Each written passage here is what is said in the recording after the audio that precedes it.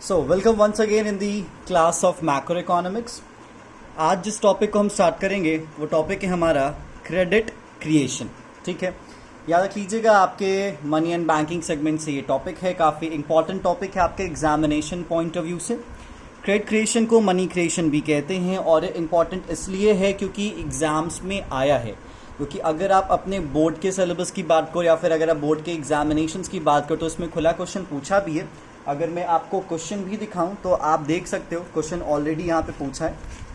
ये आपके 2019-20 के बैच का है क्वेश्चन पेपर और यहाँ पे आप देख रहे हो क्वेश्चन नंबर 14. क्वेश्चन नंबर 14 में साफ साफ पूछ रहा है using hypothetical numerical example explain the process of credit creation bye a commercial bank. 4 number में ये क्वेश्चन है. ठीक है, इसके ऑप्शन में आपके पास दूसरा दिया हुआ है सेंट्रल बैंक का एक फंक्शन. तो स्टिल याद रख लीजिएगा वेदर वो 19-20 के बैच की बात हो या फिर 18-19 के बैच की बात हो, रेगुलर बेसिस पे सीबीएसई क्रेडिट क्रिएशन से क्वेश्चन पूछ रहा है और मार्क्स कवरेज भी उसकी लगभग इतनी ही रह रही है. तो इसीलिए एग्जामिनेशन पॉइंट ऑफ व्यू से काफ़ी ज़्यादा इंपॉर्टेंट है और आपने देख लिया क्वेश्चंस आए हैं तो थोड़ा सा ध्यान से इसको समझने की कोशिश कीजिएगा. हम स्टेप बाय स्टेप समझेंगे और उस स्टेप को भी आप फॉलो कीजिएगा अपने अंडरस्टैंडिंग प्रोसेस के लिए. तो चलिए सबसे पहले हम बात करते हैं क्रेडिट क्रिएशन की. जैसे कि आपको पता है कि क्रेडिट क्रिएशन या मनी क्रिएशन ये दोनों सेम चीज़ कही जाती है. इसका जो एक बेसिक सा रेफरेंस है वो कमर्शियल बैंक से है. किससे है भाई? कमर्शियल बैंक से है. आप ऑलरेडी अगर बैंकिंग पढ़ चुके हैं तो आपको समझ में आ चुका होगा कि हमारे कंट्री में आमतौर पे बैंकिंग का 2 सेट हो जाता है. एक तरफ हमारा कमर्शियल बैंक हो जाता है और दूसरी तरफ हो जाता है हमारा सेंट्रल बैंक. ठीक है, सेंट्रल बैंक का रिलेशन कॉमन पब्लिक के साथ नहीं होता लेकिन कमर्शियल बैंक का रिलेशन कॉमन पब्लिक के साथ होता है. मतलब आम जनता के बीच में जो डीलिंग करती है बैंकिंग एलिमेंट्स की या फिर बैंकिंग फंक्शन जो परफॉर्म करते हैं वो कमर्शियल बैंक होता है. तो जो कॉमन पब्लिक होती है वो कमर्शियल बैंक को क्या करती है? डिपॉजिट्स देती है और वही कमर्शियल बैंक किसी दूसरे कॉमन पब्लिक को जिसको इन्वेस्टमेंट करना है क्या करता है? लोन देता है, एडवांसेस देता है. ठीक है, लेकिन सवाल यहाँ पे ये हो जाता है कि लोन कितना दे सकता है? जितना डिपॉजिट है उतना ही दे सकता है. अगर मान लेते हैं 1 रुपया डिपॉजिट किया गया और अगर 1 रुपया लोन में ही वो दे दिया और अगर ये बंदा वापस लेने आया अपना पैसा तो इसको वापस पैसा मिलेगा क्या? क्योंकि बैंक ने तो इसको दे दिया और अगर इसको पैसा नहीं मिलेगा फिर तो बैंकिंग की कोई रिक्वायरमेंट ही नहीं, बैंक यहाँ पे फेल हो जाएगा. तो इसीलिए इस पूरे के पूरे प्रोसेस में आप देखोगे कि कमर्शियल बैंक एक्चुअली काम कैसे करता है, कमर्शियल बैंक एक्चुअली फंक्शन कैसे करता है, परफॉर्म कैसे करता है. तो इसका एक मेजर फंक्शन है क्रेडिट क्रिएशन या फिर मनी क्रिएशन, जिसको आज हम यहाँ पे समझने वाले हैं और कमर्शियल बैंक के रेफरेंस में हम समझेंगे. पहले कुछ बातों को आप ध्यान से सुनेंगे जो कि आपके इस पूरे के पूरे टॉपिक में यूज़ किए जाएंगे. उन बातों को ज़रा समझिएगा. स्टेप बाय स्टेप मैं सारे बातों को पॉइंट अप करूंगा, उन पॉइंट को समझिएगा. सबसे पहला पॉइंट मैं आपके सामने रख रहा हूँ. वो पहला पॉइंट क्या है? देखो भाई, हमारा जो कमर्शियल बैंक है, कौन है? हमारा जो कमर्शियल बैंक है वो डिपॉजिट लेता है. क्या करता है? डिपॉजिट एक्सेप्ट करता है. ठीक है, लेकिन ये जो डिपॉजिट होते हैं ना वो 2 तरीके के होते हैं. कितने तरीके के होते हैं? 2 तरीके के होते हैं. पहला होता है प्राइमरी डिपॉजिट. ठीक है, और दूसरा होता है सेकेंडरी डिपॉजिट. अब सवाल है कि ये प्राइमरी डिपॉजिट क्या है और सेकेंडरी डिपॉजिट क्या है और इन दोनों को मिला के रखा जाता है टोटल डिपॉजिट. अब जो समझिएगा प्राइमरी डिपॉजिट और सेकेंडरी डिपॉजिट में डिफरेंस. जैसे सिंपल सा आप समझो इस बात को. ठीक है, कि मान लेते हैं हम और मैं, ठीक है, कोई भी हो, आप हो या मैं हूँ, हम जाते हैं किसी भी बैंक के पास. सपोज दैट वो मान लेते हैं SBI है, स्टेट बैंक ऑफ इंडिया है. ठीक है, अब स्टेट बैंक ऑफ इंडिया में अगर कोई भी बंदा अपना 10,000 रुपये क्या करता है? डिपॉजिट करता है, प्रॉपरली हार्ड कैश. कितना? 10,000 रुपये स्टेट बैंक ऑफ इंडिया में कैश जमा करता है. This is what we called primary deposit. इसे क्या कहा जाएगा? प्राइमरी डिपॉजिट कहा जाएगा. तो आप ये कह सकते हो कि आम जनता जो प्रॉपर कैश जाके बैंक में डिपॉजिट करती है उस प्रॉपर कैश को यहाँ पे एज अ प्राइमरी डिपॉजिट के तौर पे पहचाना जाता है. This is what we call primary deposit. अब यहाँ पे आपको दूसरी बात समझने की ज़रूरत हो जाती है, तभी जाके आप सेकेंडरी डिपॉजिट समझोगे. ये दूसरी बात क्या है सर? तो इस दूसरी बात को समझना ज़रा. अगर मान लेते हैं आप बैंक से लोन लेने जा रहे हो, क्या जा रहे हो, लोन लेने जा रहे हो। बैंक आपसे पूछता है हाँ जी बताओ कितने का लोन चाहिए। आप कहते हो सर जी मुझे 1 लाख का लोन चाहिए। तो बैंक कहता है ठीक है मैं आपको 1 लाख रुपए दे देता हूँ। आपने सारा डॉक्यूमेंटेशन प्रोसेस करा और जाके मांगते हो 2-1 लाख रुपए। बैंक कहेगा नहीं नहीं, मैं तुम्हें कैश के फॉर्मेट पे आपके हाथ में वो नहीं दूंगा पैसा, मतलब लोन का पैसा as a cash in hand नहीं होता। तो सर बैंक लोन देती कैसे है? जिस बैंक से आपको लोन लेना है उस बैंक में जाओगे और सबसे पहले आप अपना अकाउंट ओपन करवाओगे। क्या करवाओगे? आप पहले अपना अकाउंट ओपन करवाओगे, ठीक है। अब जैसे ही बैंक आपको लोन सैंक्शन कर देगी तो लोन का जो भी अमाउंट है 1 लाख रुपया, उस 1 लाख रुपए को आपके अकाउंट में शो कर दिया जाएगा, दिखा दिया जाएगा, रिप्रेजेंट कर दिया जाएगा। तो आपका जो अकाउंट का बैलेंस दिख रहा होगा वो 1 लाख रुपए होगा। अब सवाल है सर इस 1 लाख को हम निकाल कैसे सकते हैं? जनरली कैश से नहीं निकाला जाता, कुछ कुछ केसेस में कैश से भी निकालने की परमिशन होती है बट रेयर होती है। आप इस 1 लाख के बदले में चेक इशू कर सकते हो। क्या कर सकते हो? चेक इशू कर सकते हो। जैसे सिंपल सी चीज है, आपका अगर अपना सेविंग्स अकाउंट है या करंट अकाउंट है वॉटएवर, ठीक है, अगर उससे पैसा विड्रॉ करना है तो आप कैश भी विड्रॉ करते हो क्योंकि आपको कैश अलाउड होता है, क्योंकि आपने कैश जमा किया है। लेकिन लोन में आपका कैश थोड़ी है, लोन में वो बैंक है और बैंक आपके अकाउंट में कुछ नंबर दिखा रही है और वही number as a loan sanction के तौर पे आपको रिप्रेजेंट किया जा रहा है। और अगर उस लोन का पैसा यूज करना है मतलब आपको इसको पे करना होगा, ठीक है।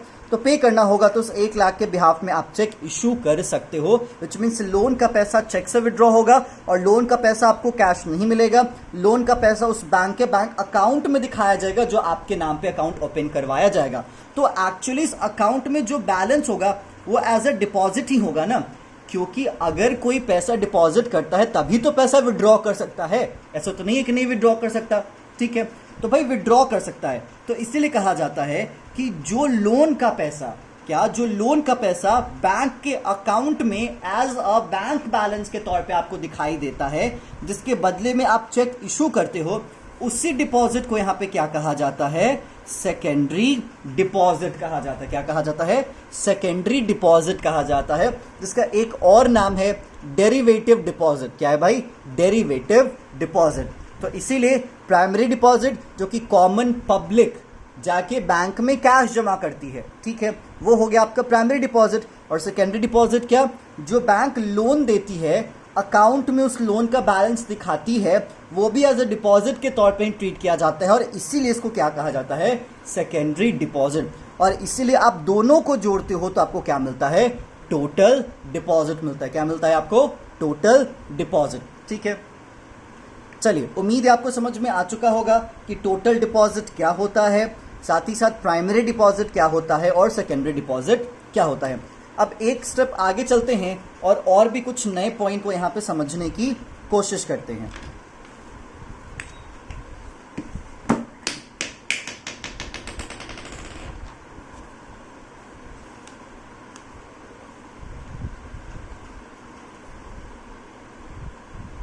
चलिए, एक पॉइंट है यहां पे, उस पॉइंट को समझिएगा, वो है CRR। क्या है भैया? CRR। उम्मीद है आपको CRR समझ में आता होगा कि CRR क्या है। अगर CRR समझ में नहीं आता होगा तो मैं आपको एक्सप्लेन कर देता हूं, आपको समझ में आ जाएगा। टोटल डिपॉजिट, समझ में आया? टोटल डिपॉजिट बोले तो क्या? Primary deposit plus secondary deposit, ठीक है। सो कॉमर्शियल बैंक के टोटल डिपॉजिट का वो पार्ट, या फिर आप इसे परसेंटेज भी कह सकते हो, कॉमर्शियल बैंक की टोटल डिपॉजिट का वो पार्ट या वो परसेंटेज जो कॉमर्शियल बैंक को रखना पड़ता है रिजर्व बैंक ऑफ इंडिया के पास, विच मीन्स सेंट्रल बैंक के पास, उसी रेट को यहाँ पे या फिर उसी पार्ट को यहाँ पे कहा जाता है CRR, cash reserve ratio.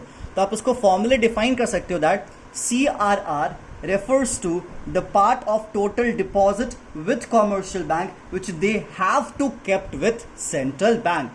Commercial bank की टोटल डिपॉजिट का वो हिस्सा जो कि उसे RBI, reserve bank of India या फिर सेंट्रल बैंक के पास रखना पड़ेगा, उसी को कहा जाता है CRR। एग्जाम्पल के तौर पे हम समझते हैं ये CRR एक्चुअली काम करता कैसे है, देखिएगा ज़रा। मान लेते हैं प्राइमरी डिपॉजिट हो गया 10,000, ठीक है, सेकेंडरी डिपॉजिट भी हो गया 10,000, तो इन दोनों को जोड़ोगे तो 20,000 आ जाएगा और ये 20,000 आपका क्या हो जाएगा, टोटल डिपॉजिट, ठीक है। अज्यूम टू जो CRR का रेट है, क्या है, CRR का रेट है वो 10% है, क्या है, 10%, तो क्या कहा गया, टोटल डिपॉजिट का 10% आपको रखना पड़ेगा किसके पास, सेंट्रल बैंक के पास। तो टोटल डिपॉजिट कितना आपका 20,000, CRR कितना 10%, तो 20,000 का 10% कितना हो जाएगा 2,000, क्या हो जाएगा 2,000। तो आउट ऑफ 20,000 उसको 2,000 सेंट्रल बैंक के पास रखना पड़ेगा, तो 20 में से 2 तो उसने सेंट्रल बैंक को दे दिया, तो बचा उसके पास कितना, तो बचा उसके पास 18,000, कितना बचा 18,000। अब इस 18,000 का जो करे कॉमर्शियल बैंक को कर सकता है, लोन देना है what ever, it's totally depend on commercial bank. लेकिन याद रख लीजिएगा टोटल डिपॉजिट पे पहले, याद रख लीजिएगा टोटल डिपॉजिट पे पहले CRR मेंटेन करना पड़ेगा, उसके बाद ही आप उस रिमेनिंग पैसे का कोई भी इस्तेमाल कर सकते हो। अदरवाइज अगर आपने इस्तेमाल किया तो बेसिकली ये चीज़ सही नहीं होती। इट्स नॉट आप ये कह सकते हो कि it's not fall of law या फिर कुछ भी है, मतलब कानूनी नहीं होता, RBI के गाइडलाइंस के अकॉर्डिंग नहीं, RBI के गाइडलाइंस के अगेंस्ट मानी जाती है ये चीज़। क्लियर क्या? तो याद रख लीजिएगा CRR की कहानी जो कि आपके टोटल डिपॉजिट पे क्या होती है, बेस्ड होती है। अब चलिए एक और कुछ बात समझने की कोशिश करते हैं, ठीक है।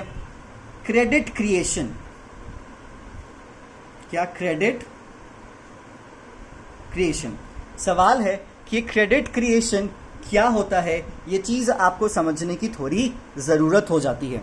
क्रेडिट क्रिएशन या फिर आप कह सकते हो कि क्रेडिट मल्टीप्लायर भी आप कह सकते हो, या फिर क्रेडिट क्रिएशन के रेफरेंस में आप क्रेडिट मल्टीप्लायर कह सकते हो। क्रेडिट क्रिएशन को आप क्रेडिट मल्टीप्लायर नहीं कह सकते, मैं ये कह रहा हूँ।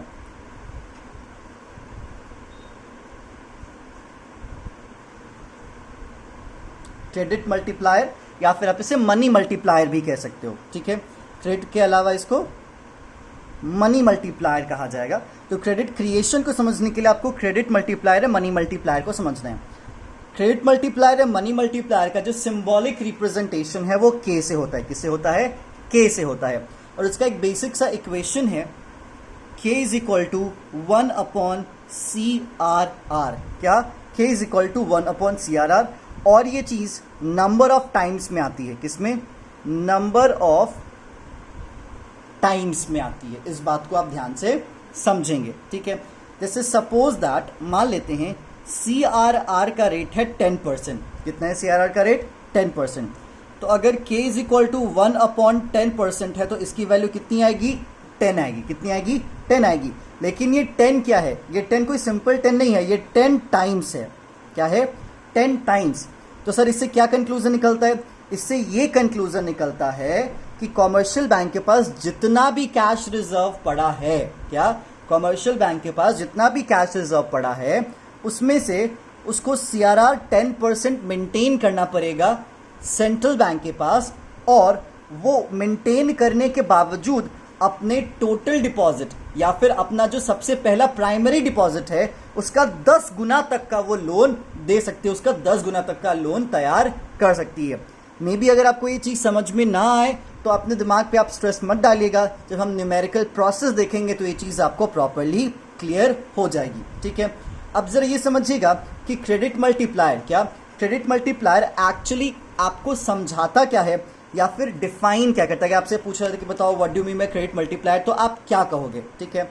तो क्रेडिट मल्टीप्लायर में आपको कुछ बताना पड़ेगा, और वो क्या बताना पड़ेगा एज अ डेफिनेशन के तौर पे वो देखिएगा, जो कि मैं आपको यहाँ पे समझा रहा हूँ। लिखोगे आप क्रेडिट मल्टीप्लायर, ठीक है।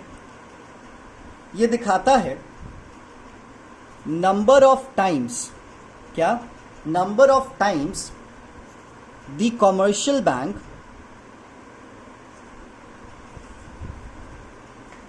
number of times the commercial bank can create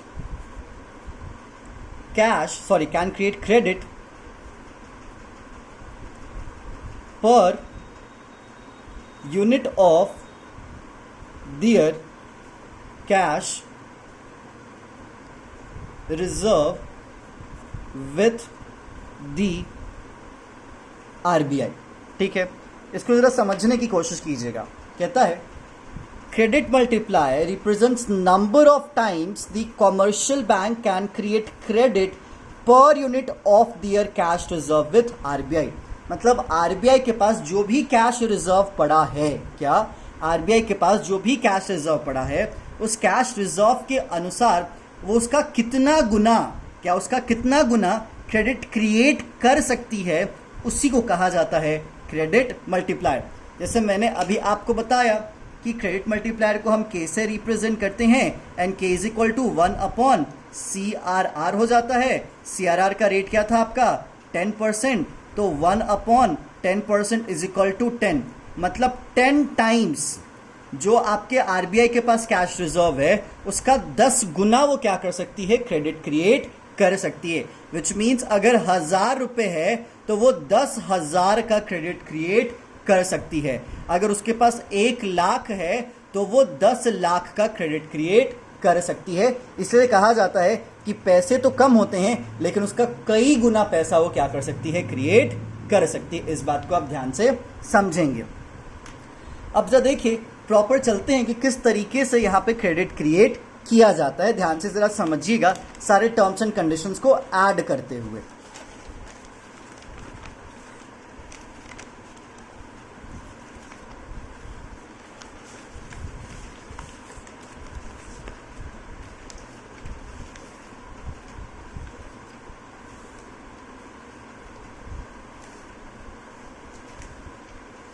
ध्यान से समझिएगा अब इस चीज को।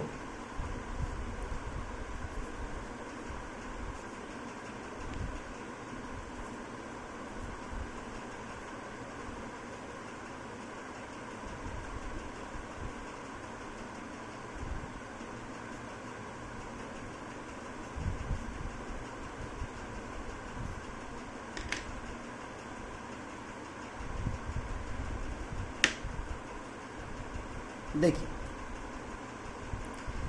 सबसे पहले एक बंदा आता है, मान लो, ठीक है, उसके हाथ में अज्यूम टू 1000 रुपये हैं। क्या है, उसके हाथ में 1000 रुपये हैं। तो वो कॉमर्शियल बैंक के पास आता है और कॉमर्शियल बैंक के पास 1000 रुपये एज अ डिपॉजिट जमा कर देता है।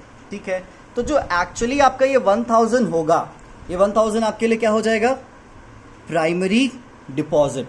क्या हो जाएगा ये आपके लिए, प्राइमरी डिपॉजिट हो जाएगा। ठीक है, और ये फर्स्ट राउंड की कहानी है, ये पहली शुरुआत है। CRR मान लेते हैं 10% है। कितना है CRR, 10% है। तो 1000 में से 10% इस कॉमर्शियल बैंक को सबसे पहले किसको देना पड़ेगा, RBI को देना पड़ेगा। तो 1000 का 10% कितना हो गया, तो 1000 का 10% हो गया 100 रुपया। तो 100 रुपया तो CRR में चला गया। ठीक है, तो कॉमर्शियल बैंक के पास एक्चुअली बचा कितना होगा, 900। कितना बचा होगा, 900। तो अब वो लोन कितने का दे सकती है, मैक्स से मैक्स कितने का लोन दे सकती है, वो 900 रुपए तक का लोन दे सकती है। तो मान लो उसने 900 रुपए किसी को क्या कर दिए, लोन दे दिए। लेकिन आपको याद होगा मैंने बताया था कि अगर वो लोन भी देती है ना तो वो कैश में नहीं देती। क्या करती है, वो अपना अकाउंट ओपन करवाती है अपने बैंक में अपने क्लाइंट का, और उस अकाउंट में एज अ 900 रुपये वो क्या करेगा, रिप्रेजेंट किया जाएगा। और यही 900 एक तरीके से सेकेंडरी डिपॉजिट भी कंसिडर किया जाएगा। तो जब वो लोन देगा 900, तो यहाँ पे एज अ डिपॉजिट के तौर पे तो 900 आपको दिखाना पड़ेगा ना। तो अब ये 900 यहाँ पे आ जाएगा एज अ डिपॉजिट के तौर पे। लेकिन अब जो ये 900 होगा वो कौन सा डिपॉजिट हो जाएगा, सेकेंडरी डिपॉजिट। क्या हो जाएगा, सेकेंडरी डिपॉजिट। अब जरा ध्यान से देखो, समझिएगा जरा ध्यान से इस बात को। ठीक है, मैं कुछ एक्स्ट्रा पॉइंट यहाँ पे आपको समझाने की कोशिश करूंगा। जैसे क्या कहा गया, CRR को टोटल डिपॉजिट पे किया जाता है। तो जब तक लोन नहीं था, तब तक आपके पास टोटल डिपॉजिट कितना था, 1000 रुपये। तो उसी टोटल डिपॉजिट पे तो यहाँ पे 100 रुपया दिया।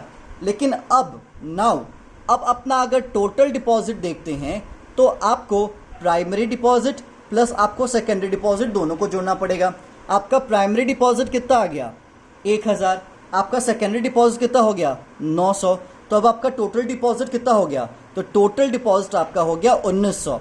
अब 1900 पे आपको 10% रखना पड़ेगा, ठीक है। तो 1900 पे 10% कितना हो जाएगा, 190। ये बताओ ऑलरेडी हमारे आरबीआई के पास कितना रखा हुआ है, 100 रुपया। हमें एक्स्ट्रा और कितना देना पड़ेगा उसको, 90 रुपीज और एक्स्ट्रा देना पड़ेगा। तो इसीलिए अब आपको और सीआरआर उसके पास भिजवाना पड़ेगा और वो होगा 90 रुपये। आप यहाँ पे देखोगे इसका 10% डायरेक्टली आ गया, मतलब जितना डिपॉजिट बढ़ते जाएगा उसका 10% 10% 10% 10% आपको आरबीआई को देते रहना पड़ेगा। इस बात को आप ध्यान रखेंगे। तो अब जरा देखो, जब उसके पास नया 900 एज अ डिपॉजिट आया, ठीक है, और उसने एज 90 रुपीज क्या 90 रुपये अगर उसने सीआरआर में डाल दिया तो बचा कितना, 810। कितना बचा, 810। अब ये 810 का क्या करेगा, वो लोन के फॉर्मेट में आगे बढ़ा देगा किसी दूसरे बंदे को। लेकिन फिर से अब ये 810 डिपॉजिट के तौर पे तो दिखाएगा, क्योंकि लोन तो कैश नहीं देगा, अकाउंट में दिखाएगा। तो फिर से अब इस 810 रुपीज को एज अ सेकेंडरी डिपॉजिट के तौर पे दिखाया जाएगा। तो अगर अब आप देखोगे तो टोटल डिपॉजिट आपका कितना हो जाएगा, 2710 रुपये। कितना हो जाएगा आपका, 2710 रुपये। अब जब 2710 रुपये होगा अप्रॉक्सीमेटली, आप मालूम मैं यहीं पे लिख देता हूं कि जब आप इन सब को जोड़ोगे तो यहां तक 2710 आपका हो गया टोटल डिपॉजिट, ठीक है। अब 2710 का 10% कितना होगा, 271। कितना हो जाएगा, 271, ठीक है। लेकिन जमा ऑलरेडी कितना है, 190। आपको एक्स्ट्रा कितना देना पड़ेगा, आपको एक्स्ट्रा 81 देना पड़ेगा। कितना देना पड़ेगा आपको, 81 और उसके पास रखना पड़ेगा। तो अब आप इस 810 में से 81 को घटाओगे तो आपके पास कितना बचेगा, 729। अब आप 729 का लोन देते जाओगे तो ये चीज़ कैरी फॉरवर्ड होती जाएगी। फिर यहाँ पे आपका 729 आ जाएगा, फिर इसका आपको 10% देना पड़ेगा। मान लेते हैं यहाँ पे 73 आपने दिया, बचा कितना, 656 अप्रॉक्सीमेटली बचा होगा। फिर ये 656 एज अ डिपॉजिट के तौर पे ही दिखाई जाएगी, 656। अब आप फिर से इसका क्या करोगे, 10% दोगे, अप्रॉक्सीमेटली 66 रुपीज़ एज अ 10% के तौर पे रख दोगे। बचेगा कितना, 590 लोन के तौर पे आप दे दोगे। लेकिन इसको फिर से आप डिपॉजिट दिखाओगे 590 के तौर पे, तो ये 590, इसका भी आपको 10% देना पड़ेगा। कितना हो जाएगा, 59 होगा। अब कितना बचेगा, तो 531। ऐसे करते करते याद रख लीजिएगा, ऐसे करते करते सवाल है कि सर कहाँ तक जाएंगे, कहाँ तक हम आगे बढ़ेंगे। आप तब तक आगे बढ़ेंगे, याद रख लीजिएगा, till excess reserve is exhausted. मतलब जब तक आपका एक्सेस रिजर्व खत्म ना हो जाए तब तक आप पहुंचेंगे। विच मीन्स अगर मैं आपको बताऊं तो जो आपका सेंट्रल बैंक है वो तो दिखावे पे नहीं मानेंगे, उसको तो प्रॉपर कैश चाहिए। तो जब आपका इस सीआरआर में 1000 रुपये पहुंच जाएगा, जो कि प्रॉपर कैश आपके पास 1000 था, अब ये पूरा का पूरा पैसा अगर आरबीआई के पास चला गया तो आपके पास कुछ एक्स्ट्रा नहीं बचेगा, ठीक है। ये जो लोन का अमाउंट है वो टोटल कहाँ तक पहुंच जाएगा, तो 9000 तक पहुंच जाएगा, और जो डिपॉजिट है वो टोटल 10,000 तक पहुंच जाएगा। अगर आपको प्रैक्टिस करना है तो आप प्रैक्टिस कर सकते हो, आप आगे तक बढ़ा सकते हो। देखो यहाँ तक आपका डेटा आएगा और फिर उसके बाद आगे प्रोसेस आपका नहीं बढ़ेगा। तो इसी प्रोसेस को क्या कहा जाता है, क्रेडिट क्रिएशन कहा जाता है। क्या कहा जाता है, क्रेडिट क्रिएशन कहा जाता है। आप देख रहे होगे तो उसके अकॉर्डिंग जो आगे राउंड है वो राउंड भी क्या होता जाएगा, बढ़ते जाएगा। First, second, third, fourth, fifth, sixth. आप ये मत समझिएगा 10 राउंड तक ही जाएगा, ये आगे बहुत सारे राउंड्स तक आगे बढ़ते जाएगा।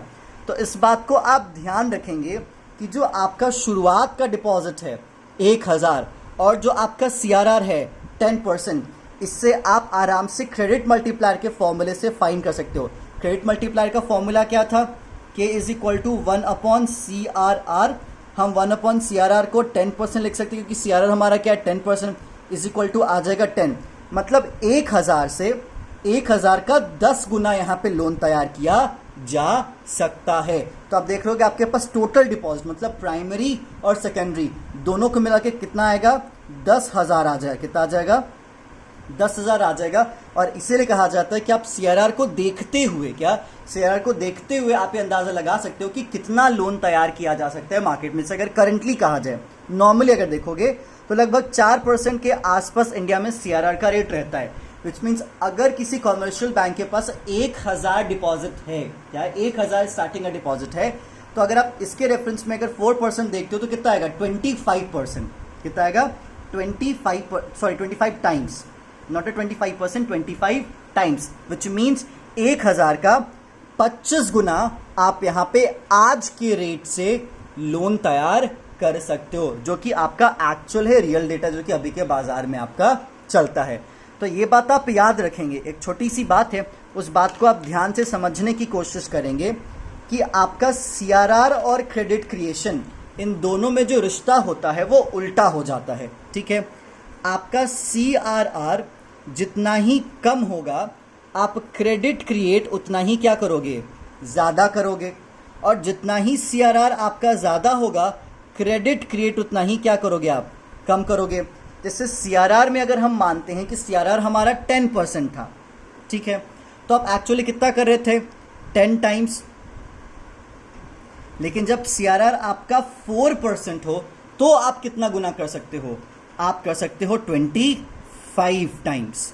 ठीक है, इसीलिए बहुत बार ऐसा होता है कि जो हमारी आरबीआई है, ठीक है, या फिर आप इसको सेंट्रल बैंक भी कह सकते हो, अगर हमारी सेंट्रल बैंक चाहे कि मार्केट में मनी सप्लाई को क्या किया जाए, कम किया जाए, तो वो सीआरआर को क्या करती है, बढ़ाती है। लेकिन अगर वो ये चाहे कि मनी सप्लाई को बढ़ाया जाए तो सीआरआर को क्या करती है, घटाती है। ये बेसिक सी कहानी आपके मनी मल्टीप्लायर या क्रेडिट क्रिएशन या क्रेडिट मल्टीप्लायर की है। उम्मीद है आप समझ चुके होंगे। मैं इस पूरे टॉपिक को फिर से आपको रिवाइज करवा देता हूँ। जो भी कहीं पे डाउट है, उम्मीद है वो डाउट भी आपका क्लियर हो जाएगा। Just a minute. चलिए, आज की कहानी कहाँ थी? तो भैया आज की कहानी थी क्रेडिट क्रिएशन पे। हम पूरा का पूरा टॉपिक क्रेडिट क्रिएशन पे बेस करके पढ़ रहे थे। क्रेडिट क्रिएशन को मनी क्रिएशन के तौर पे भी जाना जाता है। ठीक है, credit creation one of the important function है किसका, कॉमर्शियल बैंक का। ठीक है, क्योंकि कॉमर्शियल बैंक किससे डील करती है, पब्लिक से डील करती है। वो कॉमन पब्लिक से डिपॉजिट लेती है और वही कॉमन पब्लिक को वो लोन के तौर पे देती है। ठीक है, लेकिन क्रेडिट क्रिएशन को समझने के लिए कुछ कुछ बातें समझना आपको बहुत ज़रूरी हो जाता है। पहली चीज़, कॉमर्शियल बैंक के डिपॉजिट्स के बारे में जानना ज़रूरी है। कॉमर्शियल बैंक के पास दो तरीके के डिपॉजिट होते हैं, एक होता है प्राइमरी डिपॉजिट, दूसरा होता है सेकेंडरी डिपॉजिट। सेकेंडरी डिपॉजिट को डेरिवेटिव डिपॉजिट भी कहा जाता है। इन दोनों को मिला के टोटल डिपॉजिट होता है। प्राइमरी डिपॉजिट का मतलब क्या, जब कोई नॉर्मल पब्लिक, कॉमन इंसान, आम आदमी या किसी भी बैंक के पास प्रॉपर हार्ड कैश लेके जाता है डिपॉजिट करने, रोकड़ा, ठीक है, तो वो चीज़ एज अ प्राइमरी डिपॉजिट के तौर पे जानी जाती है। ठीक है, दूसरी चीज़ सेकेंडरी डिपॉजिट क्या होता है, तो इसको समझने के लिए आपको लोन का फंडा समझना पड़ेगा। जब भी आप कमर्शियल बैंक के पास जाओगे तो कमर्शियल बैंक आपको कैश में लोन नहीं देगी। आपको बैंक से अगर लोन लेना है तो बैंक में, उसी के बैंक में आपको अपना अकाउंट ओपन करवाना पड़ेगा। बैंक जब लोन सैंक्शन करेगी तो उसी अकाउंट में बैलेंस को रिप्रेजेंट किया जाएगा और वो जो डिपॉजिट दिखाया जाएगा वो चेकेबल होगा। क्या होगा, उसके अगेंस्ट आपको चेक इशू किया जाएगा। इस बात को ध्यान रखेंगे। और इसी डिपॉजिट जो कि लोन के फॉर्मेट में दिया गया है, उसी को क्या कहा जाएगा, सेकेंडरी डिपॉजिट कहा जाएगा। और इसी प्राइमरी सेकेंडरी को जोड़ेंगे तो क्या बन जाता है, हमारा टोटल डिपॉजिट बन जाता है। उम्मीद है पॉइंट आपको क्लियर हो चुका होगा। ठीक है, नेक्स्ट बात आ रही है सीआरआर की। सीआरआर की कहानी थोड़ा समझना आपके लिए जरूरी है। सीआरआर क्या होता है, तो कमर्शियल बैंक के टोटल डिपॉजिट का वो हिस्सा जो कि उसे सेंट्रल बैंक के पास रखना पड़ता है, उसी को कहा जाता है सीआरआर। याद रख लीजिएगा, सीआरआर टोटल डिपॉजिट पे बनाया जाता है। टोटल डिपॉजिट बोले तो क्या, प्राइमरी और सेकेंडरी को जोड़ के, ऐड करके। ठीक है, जैसे यहाँ पे एग्जांपल दिया गया कि प्राइमरी 10,000 है और सेकेंडरी डिपॉजिट भी कितना है, 10,000 है। तो प्राइमरी और सेकेंडरी को आप जोड़ते हो तो कितना हो जाएगा आपका 20,000। सीआरआर का रेट कितना है, 10%। तो 20,000 का 10% मीन्स 2,000 सेंट्रल बैंक को देना पड़ेगा और बाकी 18,000 का आपको जो करना है कीजिए। लेकिन लोन देने से पहले या उस पैसे का यूज करने से पहले आपको सीआरआर दे देना पड़ेगा। याद रख लीजिएगा, रेगुलर बेसिस पे, डे टू डे बेसिस पे कमर्शियल बैंक सीआरआर को मेंटेन करती है। कि आपको पता है कमर्शियल बैंक डेली बेसिस पे डिपॉजिट लेती है, डेली बेसिस पे उसको सीआरआर मेंटेन करना पड़ता है। ठीक है, नेक्स्ट आपके सामने है क्रेडिट क्रिएशन के रेफरेंस में क्रेडिट मल्टीप्लायर और मनी मल्टीप्लायर। क्रेडिट मल्टीप्लायर या मनी मल्टीप्लायर क्या है? क्रेडिट मल्टीप्लायर या मनी मल्टीप्लायर बताता है कि कितना गुना, number of time commercial bank credit create कर सकता है as per the cash reserve जो कि उसने आरबीआई के पास रखा है। क्रेडिट क्रिएशन के रेफरेंस में मनी मल्टीप्लायर को रिप्रेजेंट किया जाता है के सिंबल से और इसका फॉर्मूला रखा जाता है के इज इक्वल टू 1/CRR। मान लेते हैं के इज इक्वल टू 1/CRR है तो आपको क्रेडिट मल्टीप्लायर निकालना पड़ेगा। तो CRR अगर रेट हम 10% रखते हैं तो के इज इक्वल टू 1/10% हो गया। तो के इज इक्वल टू 1/10% की वैल्यू 10 आएगी और ये 10 टाइम्स होगा। मतलब कॉमर्शियल बैंक ने जो कैश रिजर्व आरबीआई के पास मेंटेन किया है उसके पर यूनिट के रेफरेंस में 10 गुना क्या कर सकती है? क्रेडिट क्रिएट कर सकती है। उम्मीद है आपको ये पॉइंट क्लियर हुआ होगा। अब यहाँ पे कुछ न्यूमेरिकल अप्रोच पे आपको क्रेडिट क्रिएशन सिखाया गया कि किस तरीके से क्रेडिट क्रिएट किया जाएगा। जैसे सबसे पहली बार एक बंदा आया कमर्शियल बैंक में, उसने 1000 रुपये कैश जमा किए जो कि एज अ प्राइमरी डिपॉजिट के तौर पे दिखाया गया। और आपको पता है कि जैसे ही डिपॉजिट आएगा कमर्शियल बैंक को CRR मेंटेन करना पड़ेगा। तो अगर 1000 डिपॉजिट है तो CRR कितना हो जाएगा 1000 का? अगर 10% हम CRR मानते हैं तो 100 रुपये। तो 1000 में से 100 रुपये पहले किसको देना पड़ेगा? आरबीआई को। बाकी जो बच्चा जो आपको करना है कीजिए, तो बाकी जो बच्चा 900 वो 900 एज अ लोन या एडवांस के तौर पे कॉमर्शियल बैंक दे सकते हैं। लेकिन ये जो 900 है वो एक्चुअली आपका क्या होगा? पहले सेकेंडरी डिपॉजिट होगा, ठीक है। और CRR टोटल डिपॉजिट पे मेंटेन किया जाता है, ठीक है। तो इसीलिए अब आप इन दोनों पे जोड़ के क्या करोगे? CRR मेंटेन करोगे। तो इन दोनों को जोड़ोगे तो कितना हो जाएगा? इन दोनों को जोड़ोगे तो 1900, ठीक है। CRR ऑलरेडी 100 गया है तो एक्स्ट्रा आपको और कितना देना पड़ेगा? 90, क्योंकि 1900 का 10% 190 होता है और 190 आपका CRR के फॉर्म में जाएगा। तो एक्स्ट्रा जो आपने 900 का डिपॉजिट तैयार किया लोन के फॉर्मेट में, उसने आपने 90 क्या दिया? CRR दिया। और बाकी जो पैसा बचेगा 810 रुपया फिर से आप उसको लोन के फॉर्मेट पे क्या कर सकते हो? इशू कर सकते हो, ठीक है। वही पूरा का पूरा प्रोसेस क्या होते जाएगा? फॉलो होते जाएगा। और तब तक होगा जब तक ये 1000 जो कैश है, क्या है, जो कैश पड़ा हुआ है हमारे कॉमर्शियल बैंक के पास, वो एग्जॉस्ट ना हो जाए या फिर वो पूरा का पूरा CRR में कन्वर्ट ना हो जाए। जैसे कि आप देख रहे हो यहाँ पे 10% है और डिपॉजिट कितना है? 1000 है। और क्रेडिट मल्टीप्लायर कहता है कि आपके डिपॉजिट और इस रेट को देखना पड़ेगा, तब जाके आप बता सकते हो कि कितना गुना आप क्रेडिट क्रिएट कर सकते हो। तो अगर मल्टीप्लायर का फॉर्मूला लगाओगे, ठीक है, 1/CRR, CRR का रेट कितना? 10%। कितना रेट CRR का?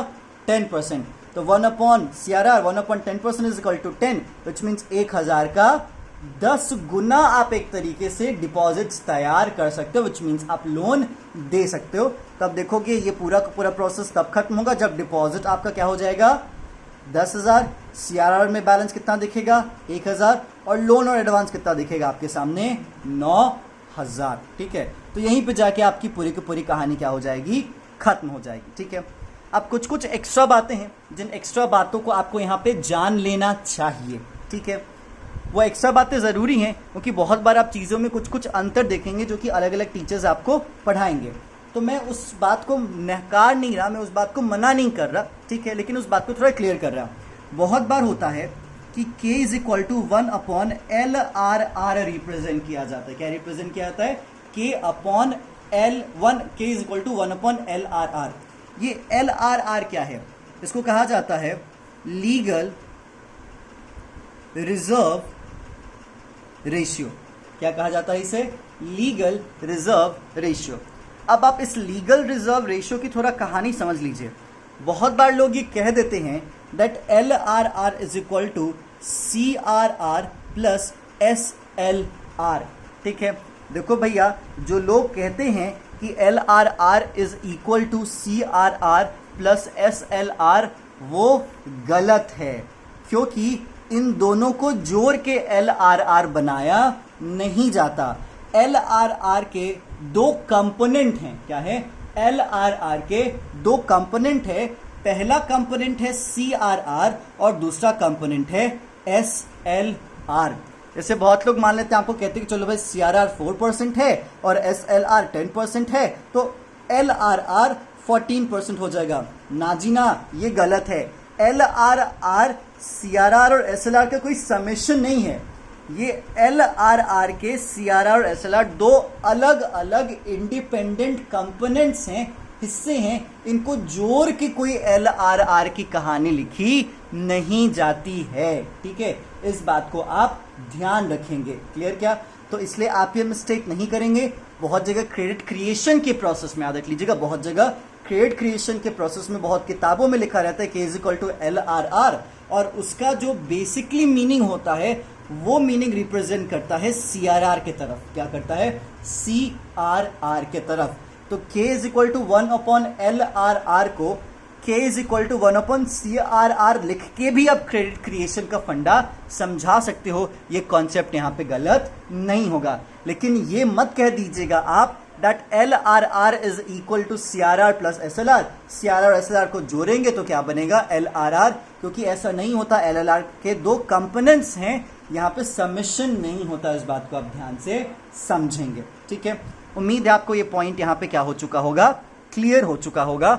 और आपसे रिक्वेस्ट है, जो भी किताब को फॉलो करते हो आप उस किताब को फॉलो कीजिए, क्रेडिट क्रिएशन के पूरे कॉन्सेप्ट को रिवाइज कीजिए, ध्यान से प्रैक्टिस कर लीजिए। क्योंकि अगर आपसे जो लास्ट डे क्वेश्चन पूछा गया था हाइपोथेटिकल न्यूमेरिकल एलिमेंट से, यहाँ जी आप नंबर से दिखाएंगे क्रेडिट क्रिएशन कैसे किया जाता है, तो आप शुरुआत में ये सारी बातें लिखेंगे। ठीक है, एक एक लाइन में लिखेंगे, इस बात को आप ध्यान रखेंगे। और उसके बाद आप यहाँ पे क्या, उसके बाद यहाँ पे आप क्या रिप्रेजेंट करेंगे? ये एग्जाम्पल। क्या रिप्रेजेंट करेंगे? एग्जाम्पल। और उसके बाद आप इस पूरे कॉन्सेप्ट को समझाएंगे और स्ट्रिप मार्किंग आपको दिया जाएगा। ठीक है, तो उम्मीद है आपको क्लियर हो चुका होगा। कोई डाउट होगा तो ज़रूर आप पूछने की कोशिश कीजिएगा, रिवाइज कीजिए and stay tune for the next video. और नेक्स्ट वीडियो में हम बात करेंगे क्रेडिट कंट्रोल की, क्योंकि कॉमर्शियल बैंक का एक मेजर इंपॉर्टेंट फंक्शन हमने क्रेडिट क्रिएशन पढ़ लिया। अब सेंट्रल बैंक का इंपॉर्टेंट फंक्शन पढ़ेंगे, इसका नाम होगा credit control. So thank you for today's session, good bye.